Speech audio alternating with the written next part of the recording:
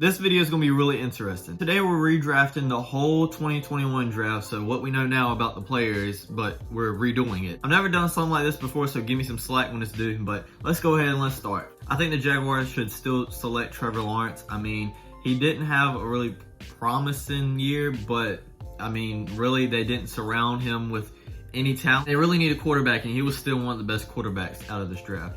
So let's go ahead, let's pick up Trevor Lawrence. You could maybe make the argument about Mac Jones, but I think Trevor Lawrence is just a better player. Mac Jones was just surrounded by people that know what they're actually doing. That's why he had a better year. For the second overall pick, the New York Jets, I'm pretty sure they would have went with the quarterback. I know it's kind of boring, but honestly, Zach Wilson I would have went with. Instead of the San Francisco 49ers going the Trey Lance route, I'm going to pick them choosing Justin Fields here. For the Atlanta Falcons side of things, Kyle Pitts showed amazing promise this year, but the tight end position is just not that much needed. They could go quarterback here since the loss of Matt Ryan, but they don't have anyone surrounding him. So I think they're going to go ahead and pick up Jamar Chase. So that leaves the Bengals here without their top wide receiver that they already picked up. They picked up some offensive linemen, but they really do need more help on the offensive line.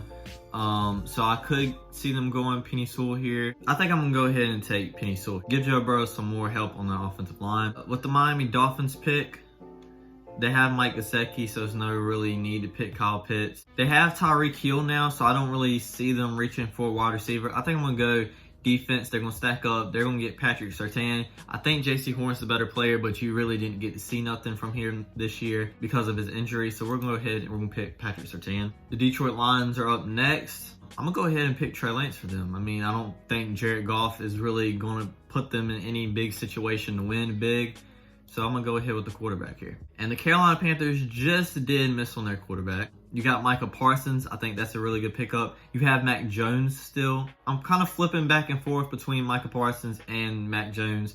I think I'm going to go ahead and take Mac Jones though. Yes, I know they have Baker Mayfield, Sam Darnold, Matt Corral, but now they have Mac Jones. They need to figure out that quarterback position. Every team needs to. For the Denver Broncos, they just traded away Noah Fant. I think it's time for them to go ahead and pick up a tight end. So let's go ahead. Let's get Kyle Pitts off the board. For the Dallas Cowboys, Micah Parsons still here. Honestly, I don't know how he dropped this far, but go ahead, take him. For the New York Giants, they need help with Daniel Jones, obviously. They didn't pick up his fifth-year option, so this is pretty much his last year. So they give him some help here. I think they go Jalen Waddle. The Philadelphia Eagles, they already have a top corner. I think they'll go ahead and take Devontae Smith here. They need more help with Jalen Hurts. They did trade for A.J. Brown, but I just don't think that's enough. So I'm going to go ahead and pick Devontae Smith here. I could see Rashawn Slater being another big target for them. But since Rashawn Slater fell to the Chargers, they're obviously going to pick him up.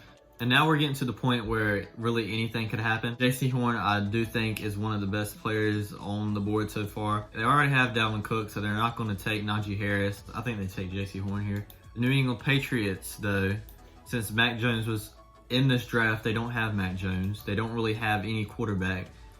I'm pretty sure they'll take Davis Mills here. The Cardinals, I think Caleb Farley is a really good pickup. They need corner. They're desperate for a cornerback, really. Even though there's better players on the board, that's a really big need for them. Honestly, I'm really running out of knowledge on these players, so I'm going to take with their suggestion here.